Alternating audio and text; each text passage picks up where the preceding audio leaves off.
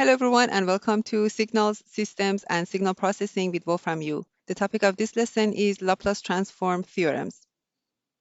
In this lesson, we'll present some of the important properties of Laplace transform and we'll go over some theorems related to Laplace transform. These properties are linearity, time shifting, convolution, differentiation in time, and differentiation in S-domain. We will later use these properties to find solutions of the differential equations modeling the LTI systems, linear time-invariant systems. The first property is linearity. Given two functions of time, x1 and x2, and their Laplace transform, with R1 and R2, the region of convergence for each of the Laplace transforms, then a linear superposition of the signals in time has the Laplace transform shown here, the same linear superposition of their Laplace transforms. And the region of convergence contains the intersection of R1 and R2. Obviously, if the intersection is empty, we say that the signal does not have Laplace transform.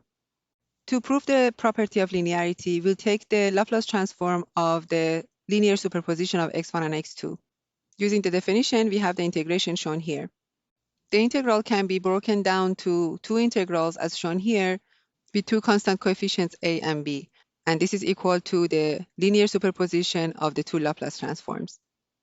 The second property that we'll go over is time shifting.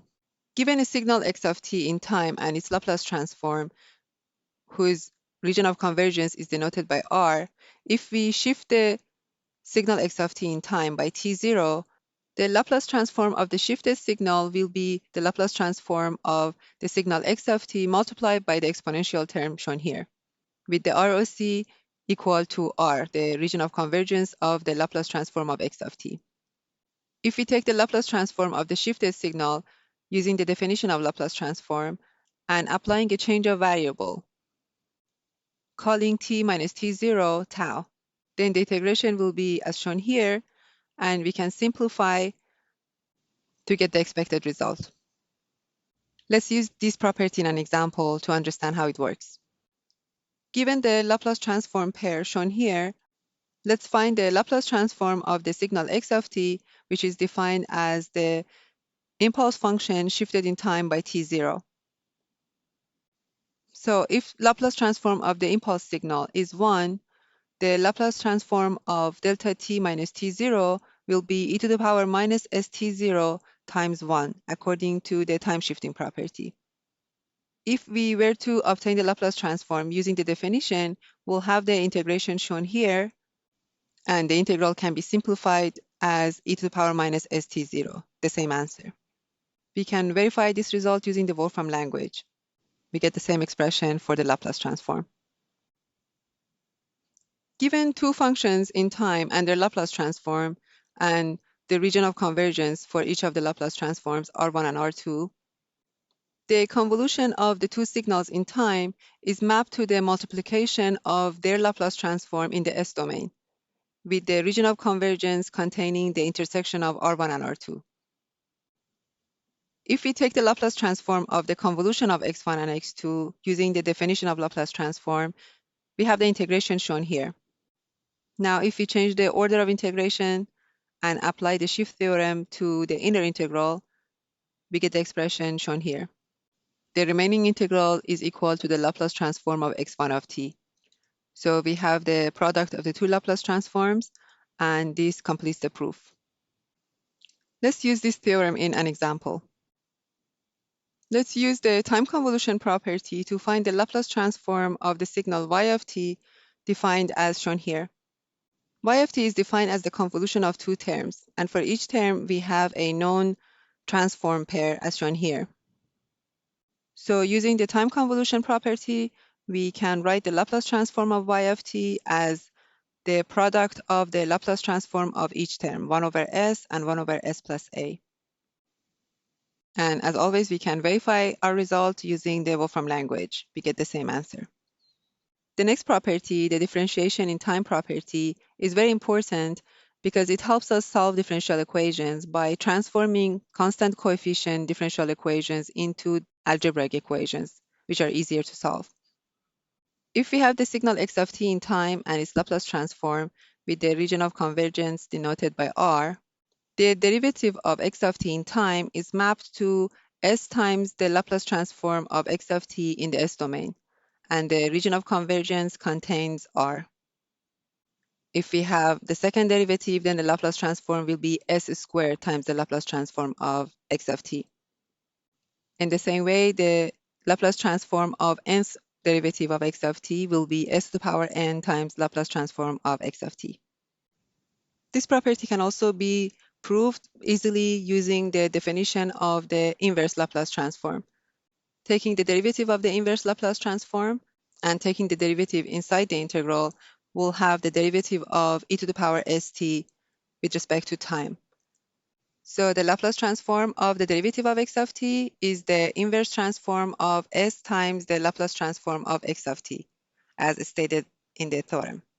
Given an LTI system, a linear time-invariant system, modeled by the nth order linear constant coefficient differential equation shown here, if we take the Laplace transform of the differential equation and use the differentiation theorem that we just discussed, we can transform the differential equation into an algebraic equation, which is a lot easier to solve.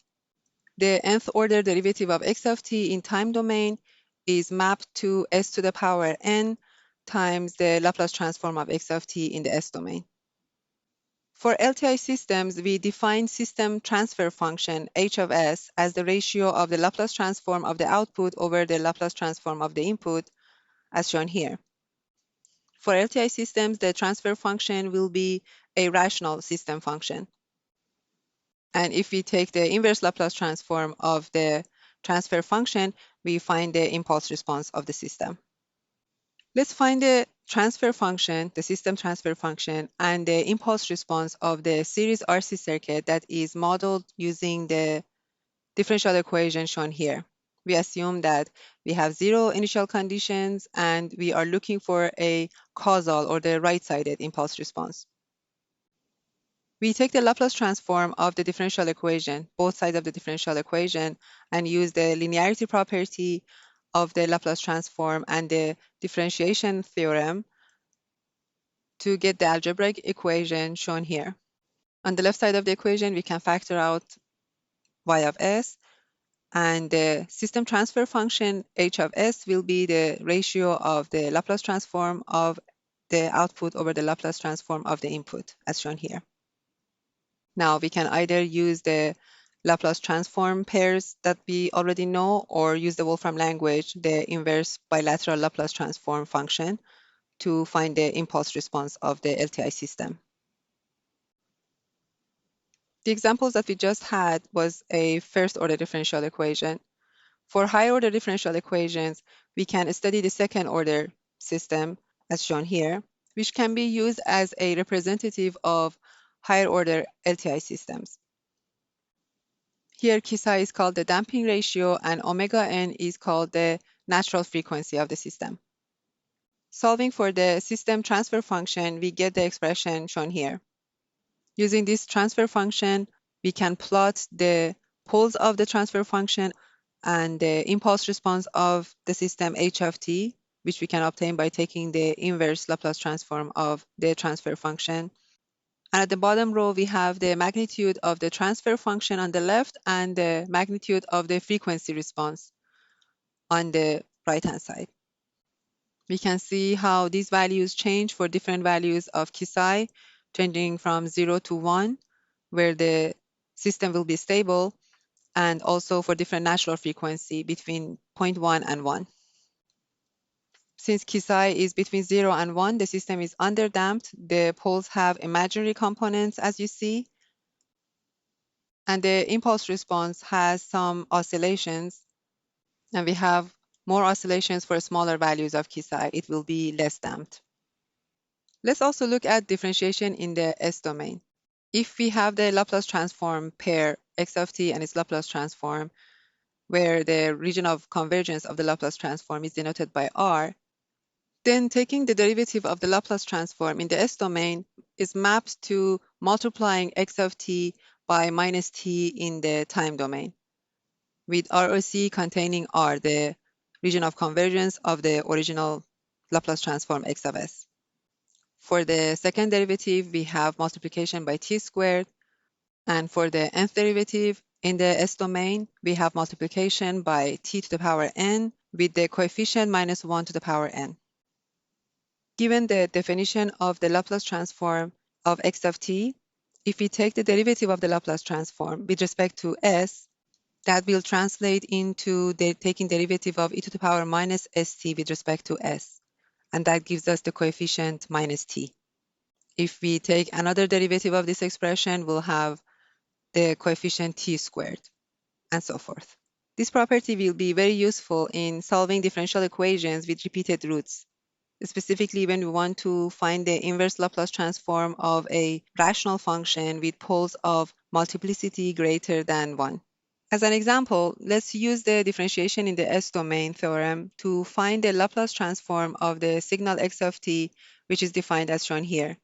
It is t multiplied by e to the power minus at ut. Since we already know the Laplace transform of e to the power minus at times ut, and so the Laplace transform of the signal x of t will be the derivative of the Laplace transform of x of t with respect to s multiplied by a negative 1. And the region of convergence will be the same. In the general case, e to the power minus at times ut, if it's multiplied by the term shown here, the Laplace transform will be 1 over s plus a to the power n. With the same region of convergence, real values of s greater than minus a. In this lesson, we discussed several important properties of the Laplace transform: time shifting, convolution, differentiation in time, and differentiation in the S domain.